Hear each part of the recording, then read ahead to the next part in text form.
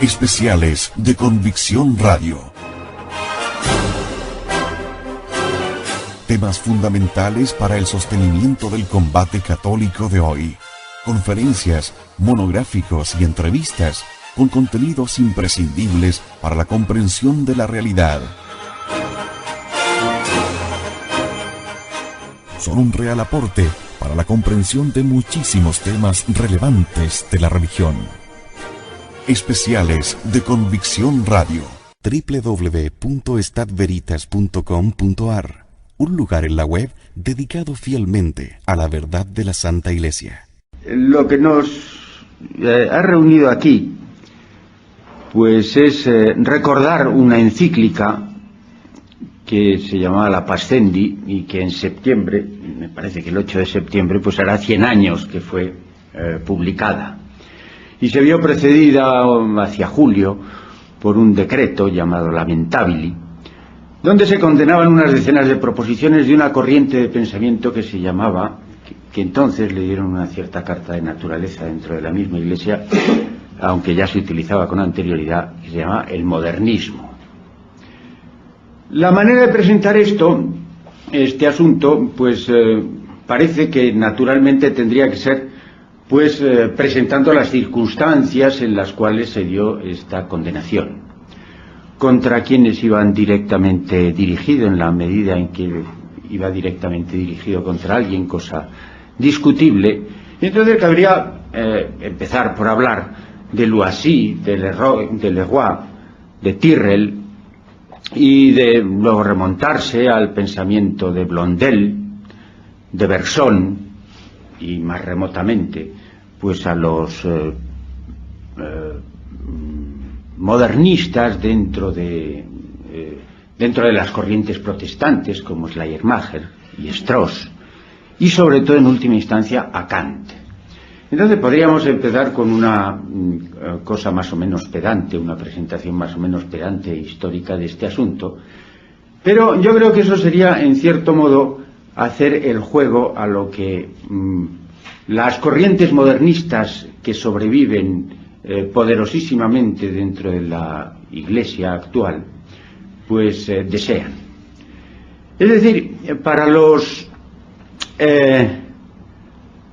historiadores modernistas, pongamos por ejemplo Daniel Rops, aquella fue una condena que se refería a unos autores muy concretos que habían cometido unas cuantas imprudencias y unas expresiones extremadas que bien merecían esta reconvención por parte de la autoridad eclesiástica. Pero sería poco caritativo y sería injusto tratar de extenderlo más allá de los que sucedió en un momento, sobre todo en Francia, también en Inglaterra y en Italia, en España no, a finales del siglo XIX y principios del XX, final del pontificado de León XIII y comienzos del pontificado de San Pío X. Quisieran verlo limitado a eso, y declaran explícitamente que esta encíclica pues tenía una finalidad muy concreta que no cabe extrapolar a momentos posteriores y a otras corrientes posteriores. Lo mismo dice un teólogo cuyo nombre no citaré porque hay que ser muy prudente, y entonces que dice a ese respecto, precisamente, no ya como historiador sino como teólogo: hay decisiones del magisterio que son sobre todo una expresión de prudencia pastoral y una especie de disposición provisional. Se puede pensar al respecto en las declaraciones de los papas del siglo pasado sobre libertad religiosa, así como en las decisiones antimodernistas de comienzos de este siglo. Se refiere al siglo XX. En los aspectos de sus contenidos, estas declaraciones y decisiones fueron superadas después de haber cumplido su deber pastoral en un determinado momento histórico.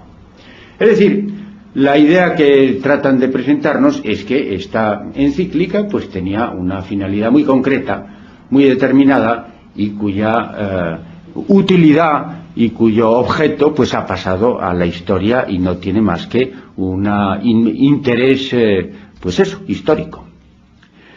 No es esa la postura que nos interesa. No es esa la postura tampoco católica, porque esta encíclica constituye una parte del magisterio ordinario en cuanto que se halla en perfecta consonancia con lo que la Iglesia ha mantenido a lo largo de 20 siglos, desde sus comienzos, y tiene un alcance, digamos, por tanto, eterno e intemporal, aunque se ha dado en un momento, pero a partir de ese momento, pues las cosas que han sido por ellas condenadas, quedan condenadas indefinidamente. A ese respecto, hay que señalar que las condenas en la Iglesia son de manera definitiva, y lo que hace esta encíclica es presentar una actitud de pensamiento que es definitivamente condenada y para siempre dentro de la Iglesia. Para recordar un poco ese carácter intemporal de las condenas, me gusta citar las palabras de San Simplicio, que ya en el siglo V decía: lo que por las manos apostólicas, con asentimiento de la Iglesia universal, mereció ser cortado al filo de la hoz evangélica, no puede cobrar vigor para renacer, ni puede volver a ser sarmiento feraz de la viña del Señor, lo que consta haber sido destinado al fuego eterno. Es decir, las condenaciones son condenaciones para siempre y no pueden volver a tratarse de esos asuntos, ni hacen referencia exclusivamente a unas personas que vivieron en un momento concreto, sino a unas doctrinas, manténganse en cualquier momento en que se mantengan. La Pascendi es una encíclica que tiene unos caracteres un tanto peculiares, conscientemente peculiares. Lo que hace es presentar un sistema desde sus comienzos, desde sus bases, desde sus fundamentos filosóficos. Un sistema no católico de pensamiento. No es una condena de un autor determinado. No cita a ningún autor en concreto. Ese hecho de que no cite a nadie en concreto, pues algunos lo han interpretado como un acto de caridad por parte de las jerarquías eclesiásticas que promulgaron, de San Pío X, que promulgó esta encíclica, hacia unas personas que eran bien intencionadas en principio, muy preocupadas por la situación de la Iglesia y del hombre moderno y del cristiano y del católico dentro del panorama del pensamiento moderno. Pero no es eso solo, a mi juicio. Si mal no entiendo, lo que pretende la encíclica con ello es superar la dificultad de señalar y delimitar esta secta, esta manera de pensar, por medio de unas fórmulas que se condenan. Ya he dicho que la Pascendi fue precedida por el decreto lamentabili, en el cual se condena una serie, 60 y tantas me parece que son, proposiciones, las cuales no se pueden en esa formulación mantener a partir de ese momento. Sin embargo, San Pío X era muy consciente de las dificultades que tiene especialmente esta corriente modernista para ser capturada por medio de unas fórmulas concretas. El modernismo, como luego veremos, tiene la característica de ser por principio multiforme y por tanto de considerarse a sí mismo siempre fuera de las condenaciones. Se mantienen unas condenaciones, se decreta que tales frases no se pueden decir, pero bueno, luego hay muchas maneras de no considerarse sometido, de considerar que no se ha caído bajo las penas o bajo la condenación de que se trata. Entonces, por eso, la estructura de este documento lo que trata es de que nos metamos en la manera de pensar, en la actitud de pensamiento, en la cosmovisión de lo que se llama el modernismo, para, una vez interiorizado, una vez entendido eso, poder juzgar acerca de otras muchas posibles fórmulas dentro de la tendencia evolutiva y cambiante que de suyo le corresponde al modernismo, caracteriza al modernismo. Lo que pretende es, en cierto modo, proporcionar al católico, creo yo, una coraza intelectual contra un enemigo que no se declara como tal, contra un enemigo que no tiene ni bandera ni uniforme. Entonces lo que yo voy a hacer, temo que sea una cosa en ocasiones un poco difícil, pero si se sigue nos hará comprender gran cantidad de fenómenos que se dan dentro de la Iglesia, dentro del entorno católico. Lo que voy a tratar es de sintetizar esta forma de pensar, para luego mostrar cómo, de suyo, pues esa forma de pensar se tiene que manifestar de muchas maneras, y tenemos nosotros en cada uno de los casos que saber aplicar ese criterio que hemos interiorizado a lo que en cada uno de los momentos nos presenten, porque no utilizan las mismas fórmulas, no forman una secta, no pretenden separarse de la Iglesia, no pretenden ser un grupo aparte en absoluto, no pretenden enfrentarse nunca, siempre tienen una respuesta y una manera de contestar voluntariamente ambigua.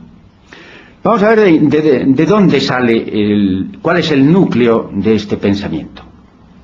Este núcleo surge de algo que se podría llamar el idealismo. El idealismo, en uno de sus sentidos, no se asusten ustedes, esta terminología filosófica hay que meterse un poquito en ella, pero una vez que la veamos, veremos que no es una cosa tan difícil. El idealismo, en su sentido más originario, no es una doctrina que niegue la existencia de las cosas fuera del sujeto. Tenemos que empezar a pensar ahora en el sujeto desde nosotros, el sujeto que somos nosotros mismos y el mundo de fuera, el mundo de dentro y el mundo de fuera. Pues bien, el mundo de dentro, si nosotros lo consideramos, es el mundo de nuestras percepciones, de nuestros pensamientos, de nuestros sentimientos, de nuestros deseos. Ese es un mundo que se diferencia, que habría que diferenciarlo del mundo de fuera. Nosotros naturalmente pensamos que hay un mundo fuera. Nosotros pensamos, yo ahora puedo considerarles ustedes, si me metiera en esta concepción idealista, pues pensar que ustedes, los que están aquí, no son más que un conjunto de sensaciones que yo tengo y que, de acuerdo con una larga experiencia mía, pues les llamo personas, etcétera, pero son unas sensaciones, ruidos, colores, etcétera, que se presentan ante mí, que soy el sujeto que yo soy. El mundo entero, según esa concepción, pues según el idealismo radical, pues no sería más que mi representación. Ha habido esos idealismos absolutos. Pero luego hay otro idealismo que es en el fondo más radical y primero, que consiste sencillamente en negar que nosotros de buenas a primeras tengamos una percepción de la realidad. Inmediatamente, ¿qué es lo que se nos ofrece? Lo que inmediatamente se nos ofrece son nuestras propias representaciones, nuestros propios deseos, nuestras propias afecciones, que respondan a algo del mundo de fuera de mí. Es, en principio, desconocido. Ese idealismo de base que se refiere solo al principio, al comienzo, a lo inmediato, inmediatamente no tenemos conocimiento de eso. Eso surgió a partir de Descartes, siglo XVII. Luego él buscó una salida a través de unos razonamientos para demostrar, según él, que existe un mundo de fuera, pero inmediatamente no tenemos conciencia inmediata de la existencia de algo fuera de mí, fuera del sujeto. Bien, pues esa manera de pensar constituye la base, el problema fundamental, el punto de partida de toda la filosofía moderna, no católica, pero toda la filosofía moderna, y acaba por culminar en el pensamiento de Kant.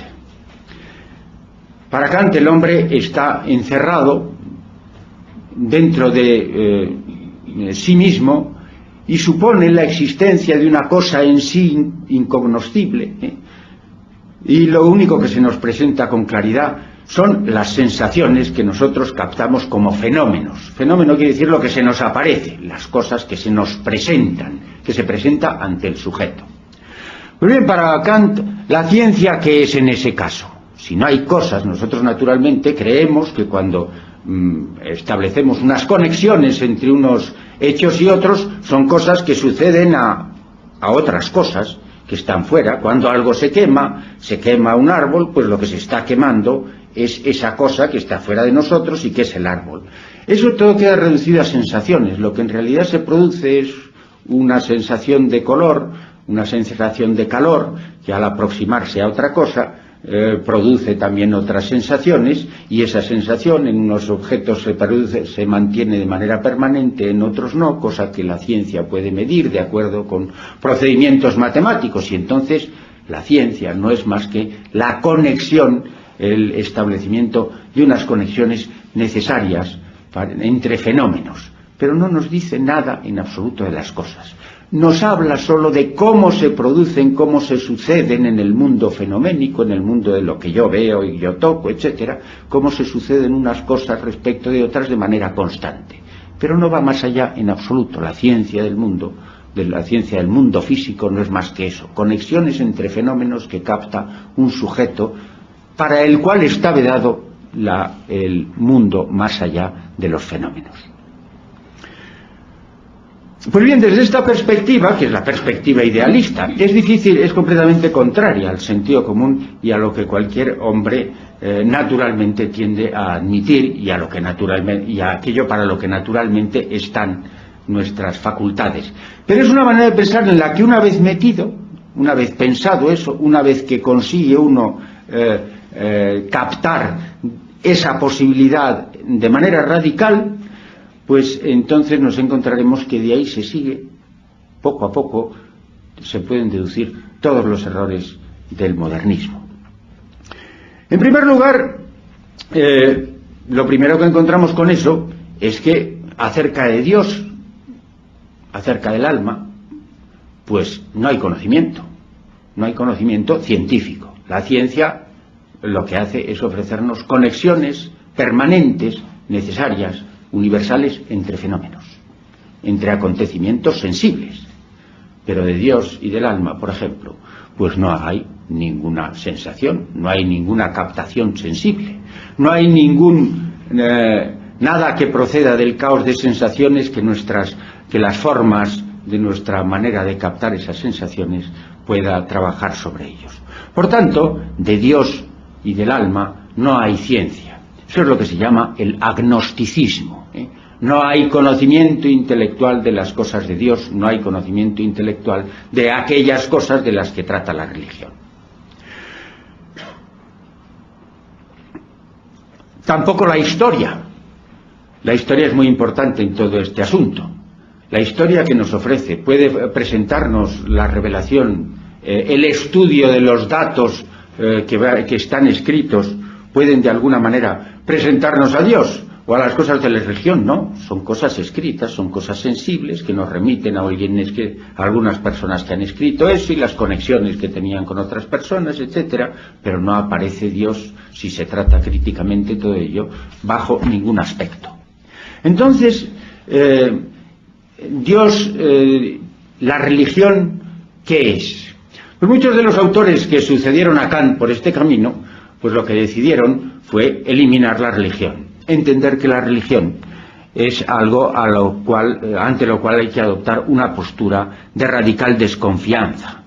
Marx, Freud, Nietzsche, etcétera, cada uno a su manera, cada uno desde puntos de vista, entienden que la religión no es más que algo de suyo depravado, es decir, algo que de suyo hay que eliminar del interior de la conciencia. Hay que promover los procedimientos para eliminar todos esos prejuicios procedentes de intereses diversos en unos casos y de engaños que matan la vitalidad, etcétera, etcétera. En contra de estas posturas ateas, pues hubo una serie de cristianos, de católicos y de cristianos que entendieron que la creencia religiosa debería poder mantenerse desde los presupuestos de esta filosofía idealista moderna. Entonces hay que dar una explicación del fenómeno religioso. El fenómeno religioso no es algo decididamente engañoso, sino que tiene una explicación, tiene un fundamento, y tiene un fundamento también en el interior del sujeto. Ese fundamento no se da a través, no es intelectual, ya hemos dicho, es decir, no se da a través de nuestra apertura por medio de los supuesta apertura de los sentidos a otra cosa, no se presenta como fenómeno.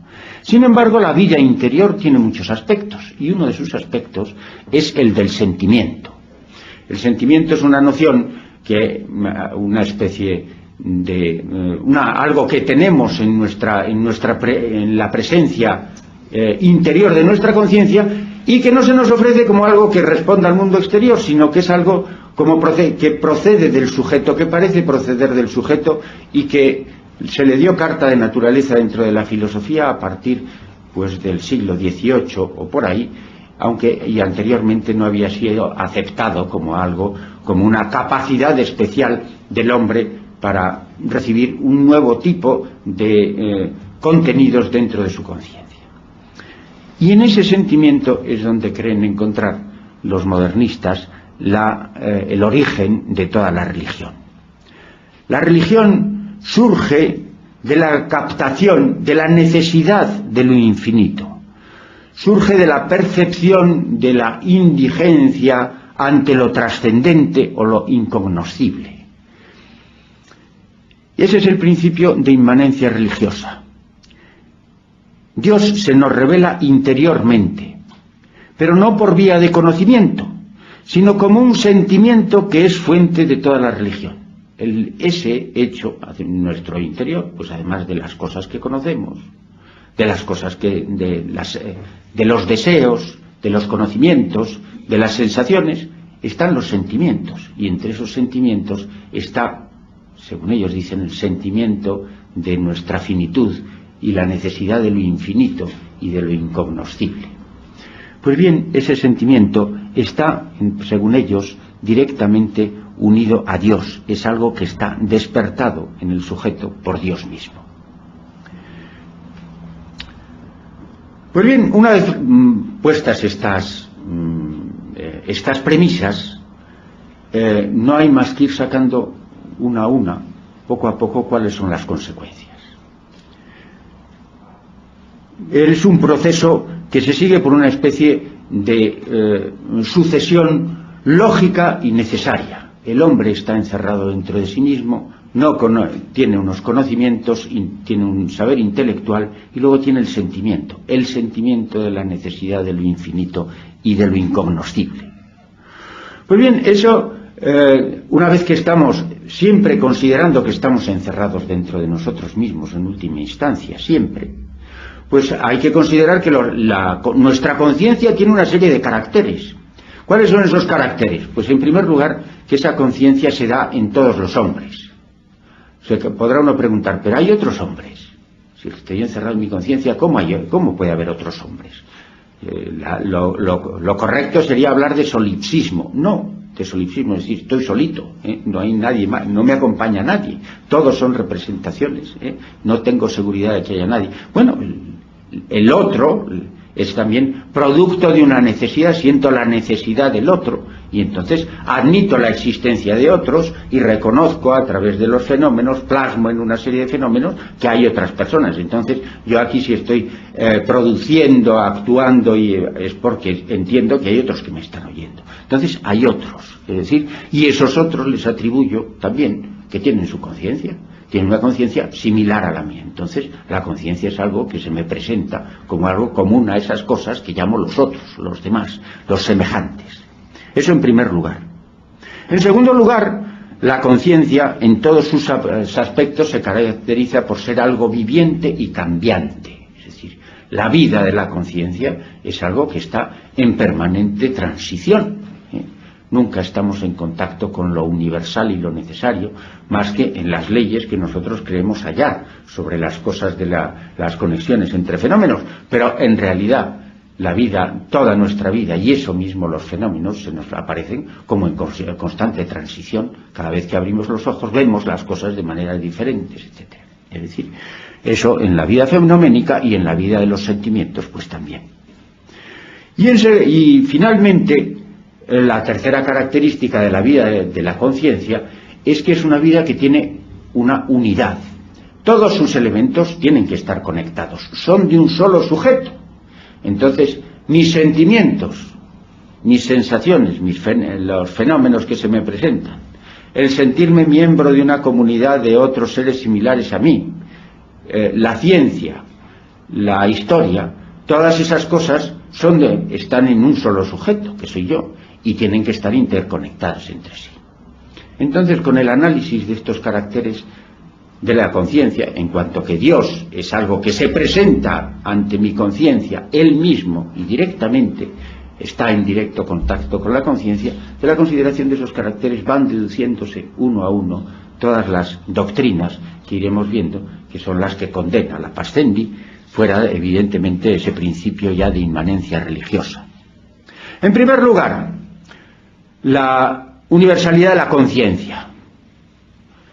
Todos tenemos conciencia y dentro de la conciencia todos tenemos sentimientos, y todos tenemos sentimientos, y dentro de esos sentimientos pues está el sentimiento de la necesidad de lo infinito, la captación de nuestra indigencia y de nuestra finitud frente a algo infinito. Entonces resulta que por naturaleza todo hombre, eso se da en todos los hombres, todo hombre tiene por su propia naturaleza la vida sobrenatural dentro de sí mismo. Es decir, como el sentimiento es algo que se da en todo hombre, y el sentimiento religioso es algo que nos une directamente a Dios, la gracia es algo, lo sobrenatural está dentro de la vida natural del hombre. No es algo que se tenga por una gracia que Dios da a los bautizados solamente, sino que es algo común a toda la humanidad, a todos los hombres, a cada uno de los individuos. Lo sobrenatural forma parte de la vida natural del hombre, porque el hombre tiene naturalmente ese sentimiento de la necesidad de lo infinito. Esa es una primera conclusión. Otra segunda conclusión es que toda religión es verdadera. Es el sentimiento religioso el que hace creyente al hombre. Ahora bien, como ese sentimiento pone directamente en contacto al hombre con Dios, toda religión es igualmente verdadera. Es decir, solo difieren unas de otras según hayan ido formulando de manera intelectual, hayan intentado formular esa fe. Pero esa fe está en todos los hombres, porque todos los hombres tienen el sentimiento religioso que les pone en contacto directo con Dios. Entonces, las diversas religiones serán quizá más o menos imperfectas en la manera de pensar el sentimiento religioso, pero todas ellas tienen, de alguna manera, algo de verdad. Toda religión es verdadera. Quizá todo lo más en la religión católica, pues se admitirá que hay una mayor vivacidad de ese sentimiento, una mejor presentación de ese sentimiento, una cierta superioridad sobre las otras, pero todas ellas de alguna manera pues participan de ese sentimiento religioso, comparten la verdad, y todos los hombres están unidos por naturaleza a la gracia divina. En segundo lugar, he dicho, la conciencia es vital, es decir, la conciencia está en permanente transformación, en permanente cambio. Nada es igual a sí mismo dentro de la conciencia de un momento a otro. Pues bien, la conciencia cambia, por tanto, según van cambiando las circunstancias. El sentimiento, por tanto, hay una evolución. La religión es algo como el resto de las cosas del hombre, en permanente evolución. El sentimiento religioso era rudo y deforme al principio de la historia, pero luego se ha ido pulimentando con el decurso de los años y se ha ido manifestando de maneras diversas en diversas religiones. La religión católica también ha tenido manifestaciones sucesivas diversas que han pasado de la judaica a la paulina, a la helénica, a la posterior medieval, etcétera, etcétera. Es decir, el sentimiento religioso se va manifestando según van cambiando las circunstancias de manera diferente a lo largo del tiempo, como el resto de todas las demás cosas que se dan dentro de nuestra vida interior, porque la religión no es más que la manifestación de esa vida interior, de un aspecto de esa vida interior que es el sentimiento. Ahora bien, el sentimiento, todo esto se refiere al sentimiento y a las transformaciones que tiene el sentimiento y a los caracteres de la conciencia. Pero luego, la conciencia hemos dicho que también es una, es decir, todos los elementos de ella están unos en conexiones con otros. Y entonces, de las diversas conexiones surgen también se deducen también una serie de doctrinas, como son las siguientes. En primer lugar, en cuanto a la conciencia, es una conciencia que no es la mía sola, sino que yo he atribuido a los demás también esa conciencia y ese sentimiento religioso. Y en cuanto coincido con otros hombres en el mismo sentimiento religioso y reconozco a Cristo como el que formó, hombre de gran inmanencia, a partir del cual se formó toda una corriente de sentimiento religioso, que es lo que llamamos el catolicismo, pues entonces tiendo a formar con ellos una comunidad. Esa comunidad es lo que se llama la Iglesia. No sin cierta sorna, a veces tiene expresiones de este tipo, la Pascendi, les dice, ¿qué es la Iglesia? La Iglesia es el parto de la conciencia colectiva para estos, es decir, es lo que ha parido la conciencia colectiva. Los hombres necesitan comunicar, practicar, extender su fe, es decir, el sentimiento religioso, y forman una colectividad, por medio de la cual, pues, siguiendo a Cristo, forman la Iglesia católica.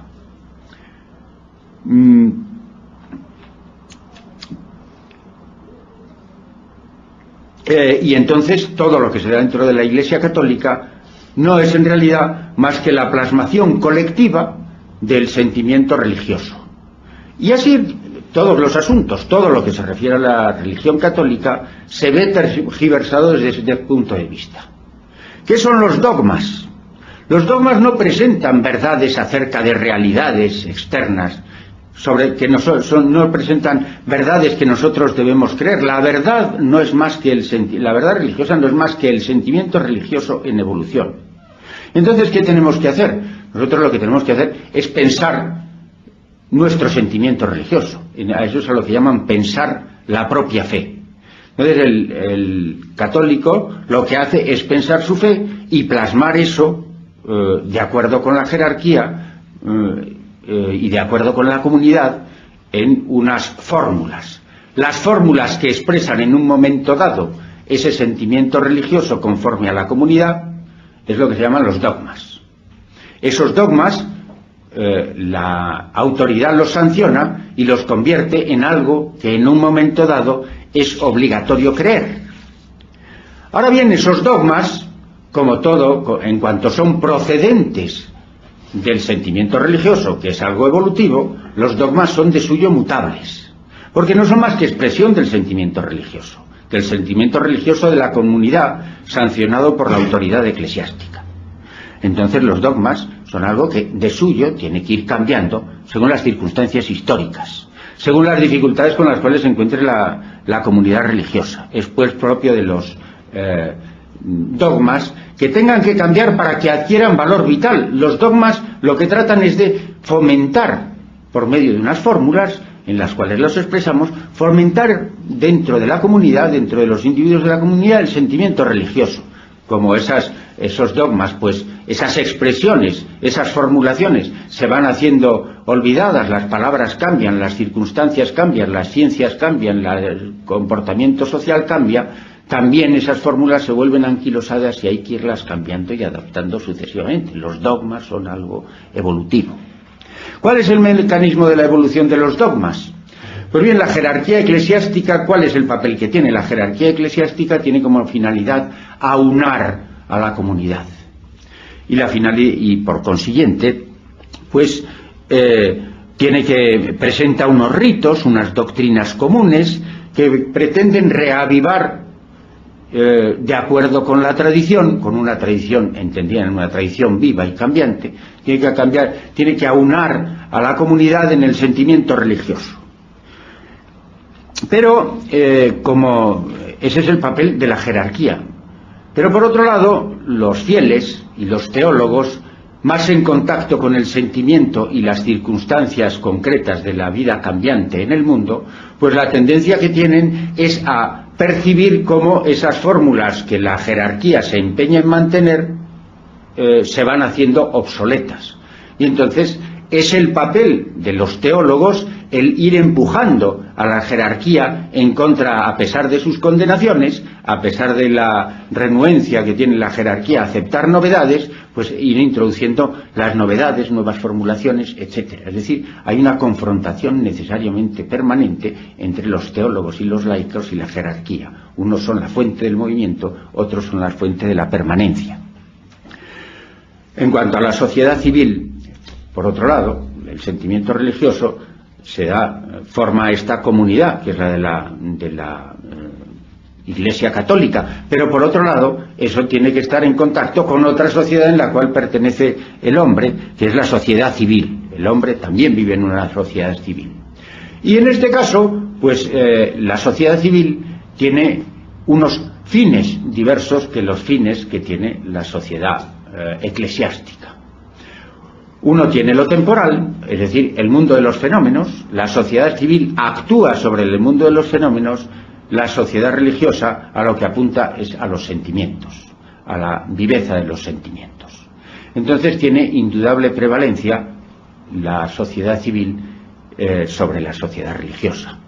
La sociedad religiosa, que es la Iglesia, no tiene en absoluto la capacidad de decir a la sociedad civil lo que tiene que hacer. Es un abuso de autoridad de la Iglesia que ésta pretenda señalar o dar directrices sobre el camino que debe seguir la política.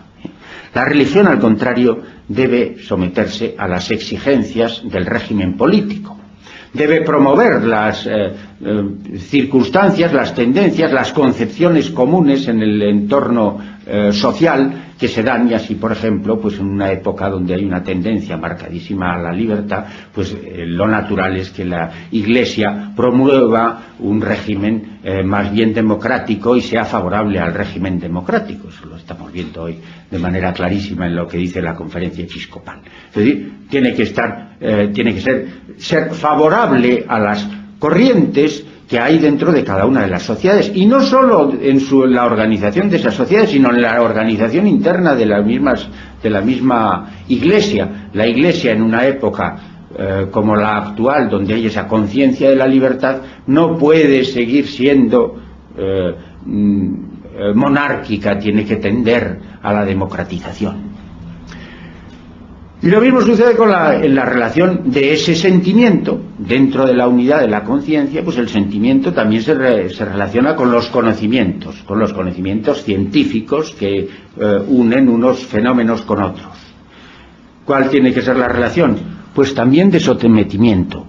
Los conocimientos científicos presentan unas conexiones necesarias en el mundo de los fenómenos, y entonces la Iglesia, el sentimiento religioso debe adaptarse a eso. Hay evolución, hay un progreso, está muy unido a la idea de un progreso permanente también en la ciencia, y la Iglesia, y por tanto en la manifestación del sentimiento religioso en la Iglesia tiene que irse adaptando también a las circunstancias, a la ciencia en cada uno de los momentos. Cuando hay contradicciones es la Iglesia quien se debe adaptar a lo que dice la ciencia. Así, por ejemplo, para la historia, Cristo no es más que un hombre poco común, desde luego, pero un hombre al fin y al cabo. En la historia, es decir, en el estudio de los textos, de los escritos, etc., no aparece la divinidad. Aparece que dicen la divinidad, que hablan de la divinidad de Cristo, pero esos son los sentimientos de quienes escribieron eso acerca de Cristo. Generalmente dicen que lo escribieron mucho después, y que esa manera de escribirlo, esa manera de describir a Cristo, pues es algo sobreañadido, unas fábulas sobreañadidas por parte de la comunidad religiosa para fomentar el sentimiento religioso en la Iglesia. Pero no responde a nada real, ni tenía la pretensión de ser una explicación de nada real. Cristo, desde el punto de vista de la ciencia, no es Dios, y entonces, ¿qué hay que admitir? Pues que hay que someterse a eso. Es decir, Cristo no es Dios. Cristo lo que es un ser, es un hombre de una extraordinaria inmanencia religiosa, un poderosísimo sentimiento religioso, que fue él mismo poco a poco a lo largo del tiempo creyéndose Dios, convirtiéndose en Dios hasta el final del tiempo, de sus días. Y luego eso fue recogido, fabulado, etcétera, hay unos acontecimientos un tanto raros, un tanto excepcionales, de los cuales hay constancia más o menos histórica, pero que en modo alguno presentan los milagros, en modo alguno presentan hechos extraordinarios, no justifican ni son determinación de la existencia de esos hechos extraordinarios en cuanto no podemos comprobarlos los demás. Entonces es algo que más bien sobre lo cual los cristianos pues añaden una serie de cosas y entienden, los convierten en milagrosos, y al que ha hecho esos milagros lo convierten en Dios. Pero ni siquiera Cristo mismo se creía en a sí mismo Dios al principio. Bien, queda dentro de todo esto el asunto más importante, el asunto más radical, y que lo plantea tal cual la encíclica al final. Los que creen así, creen a la postre, y digo la formulación, la pregunta que se hace la misma Pascendi. Esta gente cree o no en que fuera de él hay un Dios en cuyas manos caerá un día. Es decir, hay fuera de mi conciencia un Dios, una cosa diferente de mí, otra cosa que no soy yo mismo, ante el cual yo tendré que se me presentará, ante el cual yo tendré que presentarme, y ante el cual veré yo a cara como una cosa diferente de mí. Pues bien, la respuesta es que solo caben dos interpretaciones, y el modernismo trata de mantenerse en una ambigüedad que ahora veremos que caracteriza siempre al modernismo. Ambas posibilidades son destructivas de la religión en su totalidad. Una es el ateísmo y otra es el panteísmo. El único contacto con Dios del hombre se da a través del sentimiento religioso. No tenemos conocimiento científico ni a través tampoco de la revelación de Dios.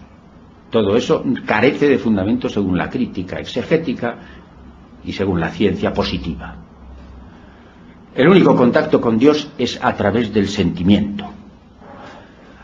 Ahora, si nosotros estamos encerrados dentro de nosotros mismos y lo único que tenemos es un sentimiento de Dios, ¿ese Dios es algo más allá del sentimiento?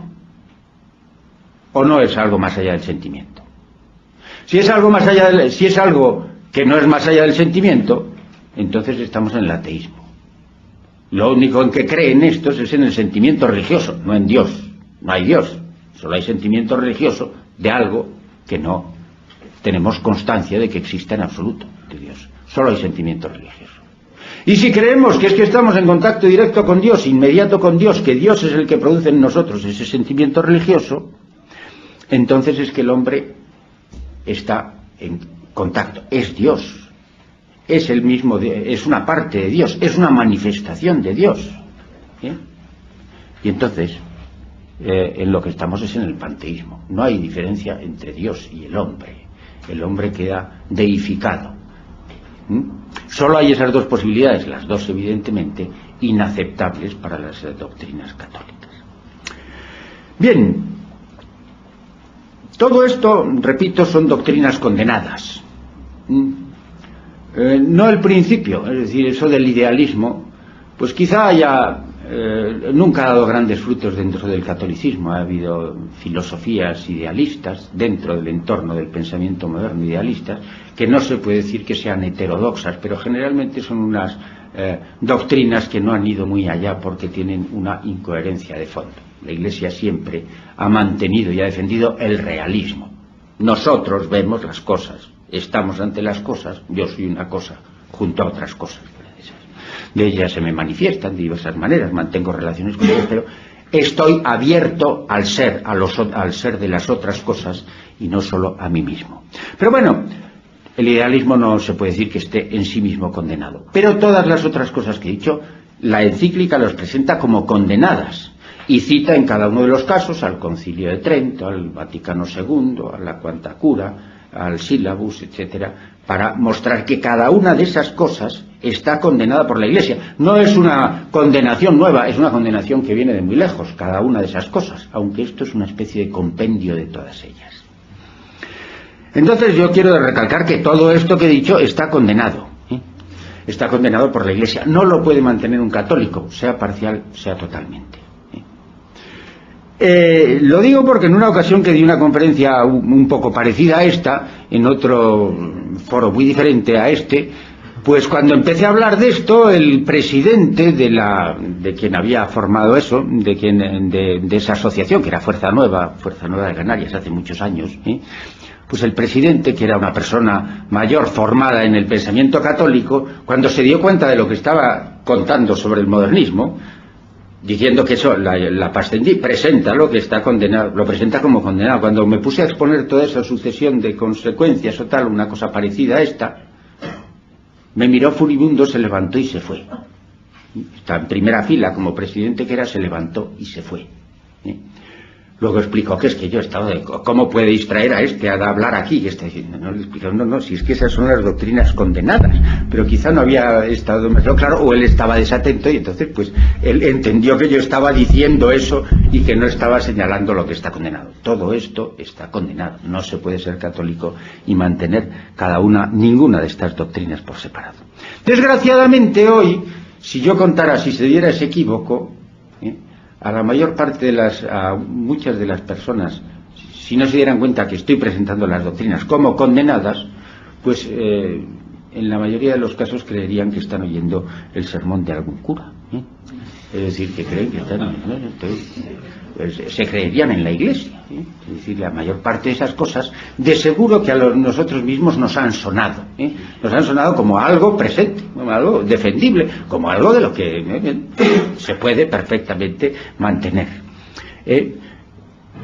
Bien, por eso he insistido en la utilidad de meterse en esto, de que lean ustedes la Pastendi, porque hay una penetración profundísima de estas doctrinas condenadas por Pío X y luego condenadas también por Pío XII en la Humani Generis, condenadas previamente por una serie de concilios, etcétera, cada una de ellas. Todo ello es condenado antes de 1950. En 1950 creo que es la Humani Generis donde vuelve sobre el neomodernismo. Pero lo que pasa al modernismo es que tiene una cierta genialidad satánica. En este conjunto de doctrinas hay una cierta genialidad satánica. Porque no es una doctrina que pretenda mantener en contra de lo que mantiene la jerarquía una cosa, y si no lo admite, pues yo me separo y me voy, como han hecho tantos herejes, pues se han ido. Yo no creo en eso, yo no lo admito, tal, me voy. No, el modernismo de suyo, pues es como una de esas bacterias hospitalarias que parecen alimentarse de los mismos antibióticos con que se les combate. Es decir, es algo hecho para estar dentro de la Iglesia y destruir a la Iglesia desde dentro.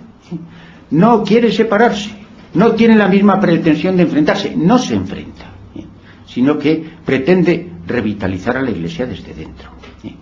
¿Y eso por qué? Pues está en las mismas doctrinas que hemos visto. En primer lugar, por su evolucionismo. No hay manera de delimitar, como ya he señalado al principio, con formulaciones lo que dice el modernismo.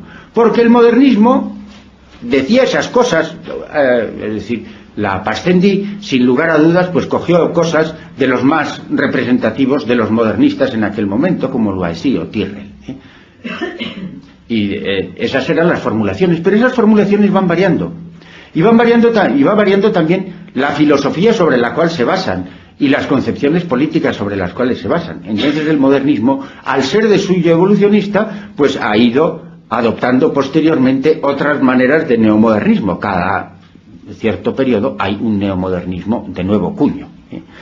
Se han ido adaptando a las doctrinas, pues existencialistas, personalistas, a la teoría de la evolución, al marxismo, etcétera, según ha sido necesario, a la axiología, la teoría de los valores, a la fenomenología, todo ello ha sido recibido, interpretado, y el sentimiento religioso se ha acomodado eso, se ha acomodado ese lenguaje, se ha acomodado esa manera de presentar las cosas, ha fabricado una nueva concepción, unos nuevos dogmas que luego pues se van olvidando y se van cambiando. Eso no hay manera de condenarlo como no fuera teniendo los medios que tenían en la Edad Media la Iglesia Católica, que eran mucho más expeditivos y producían unos efectos pues mucho más definitivos. Pero estos se consideran, siempre tienen lo que decía al principio y que señalaba Daniel Rops. No, esta condena era de esos, pero no de nosotros. Y luego vienen otros, y tampoco de nosotros si viene una condena, y cada uno de ellos se considera a sí mismo que no ha sido afectado por la condena, porque tendrían que reproducir cada uno de los libros. Entonces, la capacidad, por el mero hecho de ser evolucionista y de presentar las cosas con un lenguaje adaptado en cada uno de los momentos, la posibilidad de ir condenando cada una de esas cosas de manera definitiva es dificilísima. Por otro lado, el papel que confieren a los teólogos en relación a la jerarquía. El teólogo, para nosotros, normalmente, si recibiéramos una condena eclesiástica, pues como católicos eso nos quitaría el sueño. Las penas canónicas extraordinarias directamente dirigidas a nosotros o nuestras doctrinas, pues nos harían perder el sueño.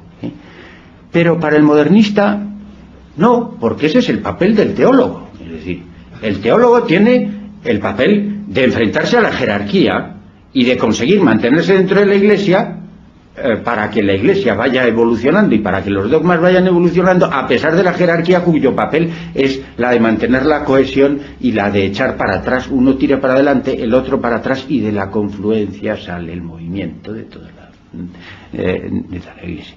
Entonces ellos nunca se sienten afectados, y además si se sienten afectados pues hacen una confesión. Muchos de ellos pues reconocían en cierto modo y luego volvían sobre ello, y una y otra vez, y así cada uno de ellos en cada una de las épocas, etcétera, etcétera. Y eso ha producido una penetración dentro de la Iglesia cuyos resultados, dado que estamos en España, no quiero analizar.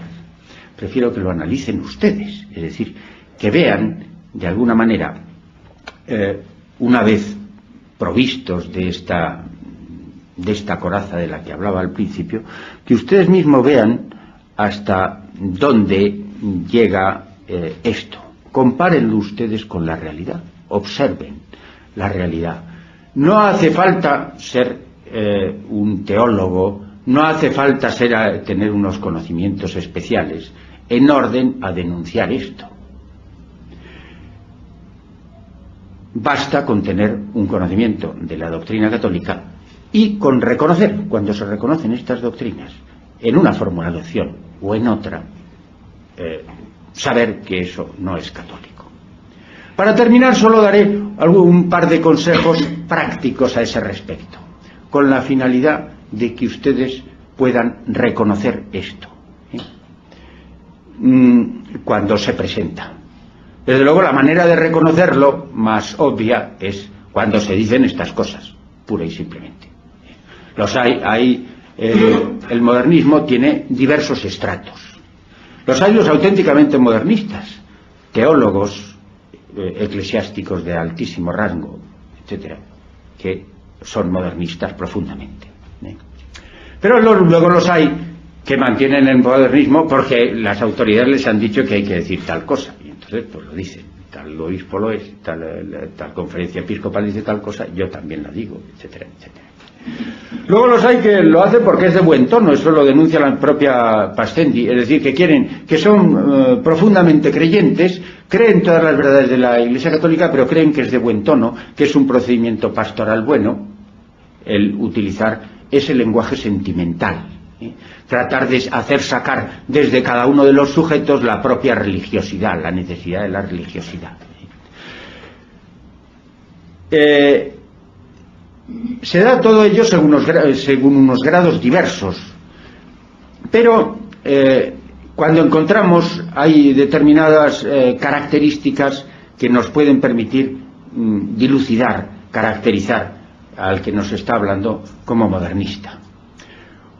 Uno de ellos es eso, la manera de las doctrinas mismas. Otro es el lenguaje. El lenguaje es curiosísimo, pues está, si ustedes empiezan a ver que alguien dice que hay que vivir su fe repetidamente, que alguien dice que hay que pensar la propia fe, que alguien dice no tiene en sus prédicas más que a la persona humana, y a la dignidad de la persona humana como fundamento de todas sus prédicas. Y otras muchas maneras de presentarlo, pues entonces pónganse ustedes en guardia. Ese o está utilizando la terminología o es que está profundamente inficionada de modernismo.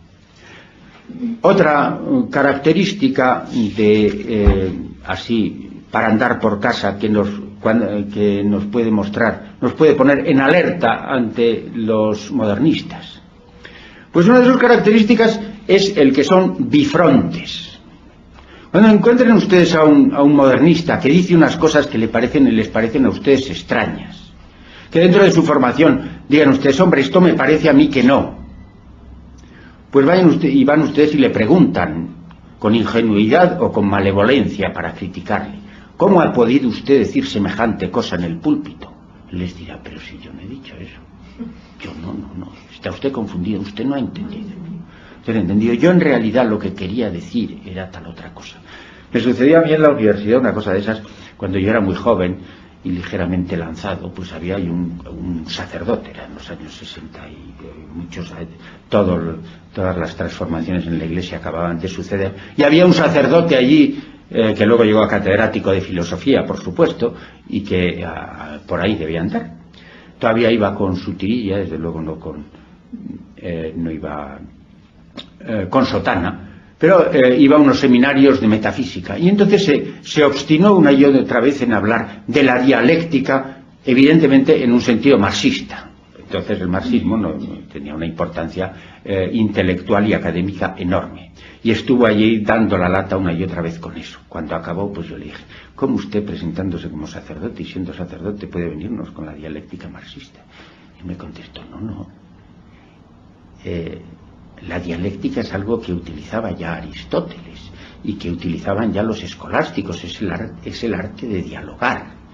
Y luego cuando se enteró de que yo era hijo de mi padre y así, bueno, pues acabó hablándome del rosario y de la Fátima y de cosas, me llevó a mi casa, ¿no?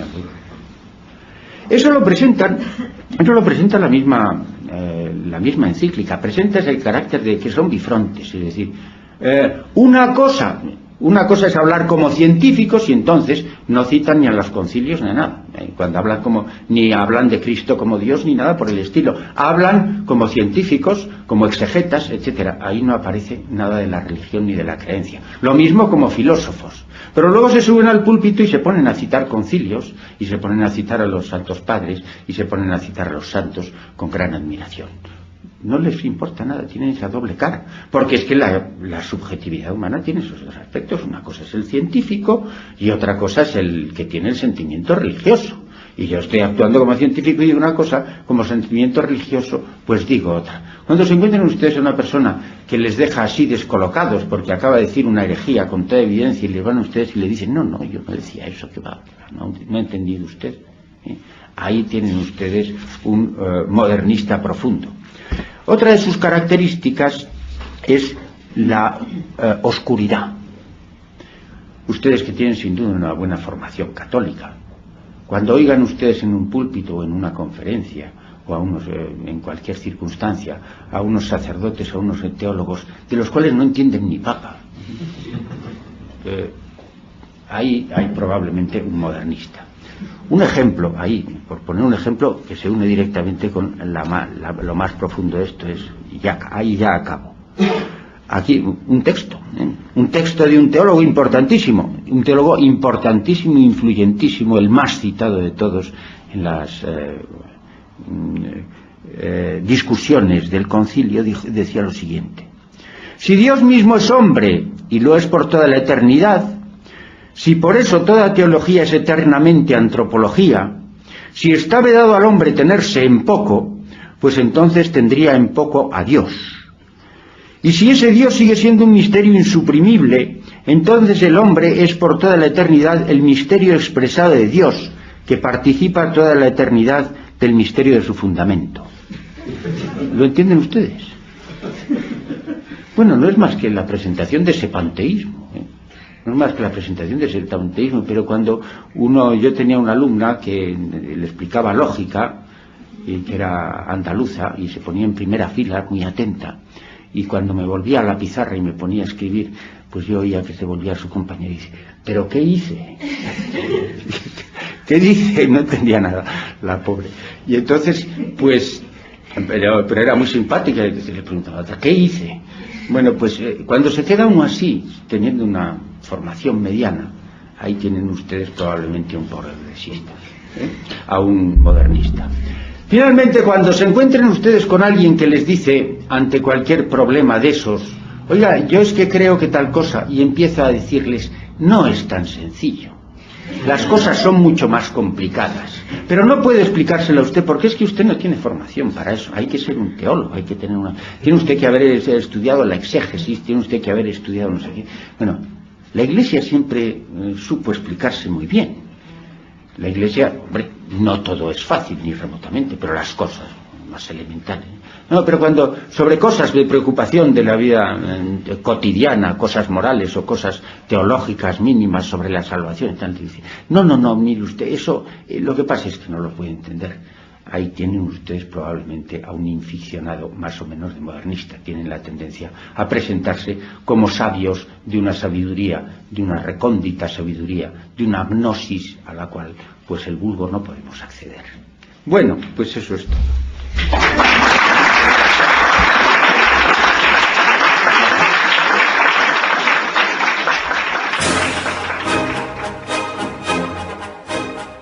Especiales de Convicción Radio. Temas fundamentales para el sostenimiento del combate católico de hoy. Conferencias, monográficos y entrevistas con contenidos imprescindibles para la comprensión de la realidad. Son un real aporte para la comprensión de muchísimos temas relevantes de la religión. Especiales de Convicción Radio. www.estadveritas.com.ar, un lugar en la web dedicado fielmente a la verdad de la Santa Iglesia.